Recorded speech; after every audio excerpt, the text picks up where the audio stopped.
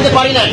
এই 5ই আগস্টের প্রেক্ষাপটের পর আমরা আমাদের দলের পক্ষ থেকে আমাদের নইমুল ইসলাম বাদী হয়ে মামলা করে তাকে সহ 158 জন এবং আরো অনেক আসামি ছিল সেই মামলায়। এই মামলায় সে 1 নম্বর আসামি। আপনারা জানেন যে ইতিমধ্যে সে ঢাকার 2টা মামলা খুন মামলা সে গ্রেপ্তার আছে ঢাকায়, এবং তার বিরুদ্ধে দুর্নীতি মামলা তার বিরুদ্ধে রুজু হয়েছিল, সেটা সে গ্রেপ্তার আছে। এই মামলায় আইও তদন্তকালীন সময় তার প্রাথমিক সত্যতা পাওয়ার কারণে এই মামলা তাকে সোনাশ্রের দেওয়া হয়। গ্রেপ্তার দেখানোর প্রার্থনা করে গত 5 দিন আগে, সেই মনে তাকে এই জেলখানা নিয়ে আসা হয়েছিল।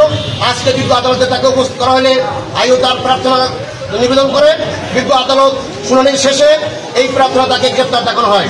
পরবর্তীকালে আসামির পক্ষ থেকে তার জামিনের প্রার্থনা করা হয় এবং তাকে জামিনে চাওয়া হলে আমরা রাষ্ট্রপক্ষ থেকে তার জামিনের বিরোধিতা করি এবং তার সম্পর্কে আমরা তার তথ্য তুলে ধরি। তিনি এখানে একজন দুর্নীতিবাজ এবং তার বিরুদ্ধে দুর্নীতির মামলা আছে এবং তিনি এমনকি তাকে জনপ্রিয়তা যদিও বলা হয় কিন্তু সে কোনো জনপ্রিয় লোক ছিল না। তিনি প্রত্যেকবারই যে কারচুপির মাধ্যমে তিনি এমপি হয়েছেন 2বার। যে যতটুকু নির্বাচন হয়েছে একবারে আপনারা জানেন যে তাদের দলের বিদ্রোহী প্রার্থী দেলোয়ার সাহেব তিনি এমপি হয়েছিলেন। এই গত নির্বাচনে আমির প্রার্থীতে সেখানেও তার টুকুর সাথে তিনি হেরেছেন। সুতরাং তিনি যে একজন জনপ্রিয় লোক এই কথা বলার কোনো সুযোগ নাই।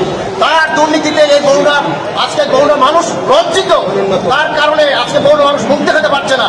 এমন কোন তার এবং তার দলের লোকজনের এই দুর্নীতির কারণে আজকে মানুষ খুশি। আজকে যে তিনি আজকে কোর্টে আসছে, আপনি দেখেন যে সারা দেশে আজকে নেতা কর্মীরা সহ সাধারণ মানুষ আজকে রাস্তায় তার বিরুদ্ধে বিক্ষোভ প্রদর্শন করতেছে।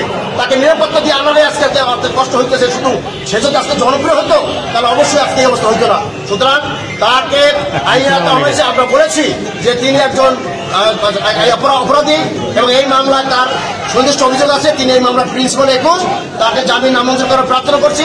আদালত উভয় পক্ষের শুনানি শেষে সন্তুষ্ট হয়ে তার জামিন নামঞ্জুর করেছেন এবং তাকে বলবেন হাতে ফোন করা হয়েছে। আমরা এরপরে তার বিরুদ্ধে আর অন্য কি অপরাধ আছে সেই ব্যাপারে আমরা পরবর্তীকালে রাষ্ট্রের যে পদক্ষেপ নেওয়া দরকার সেটা আমরা নেব। সকলকে ধন্যবাদ।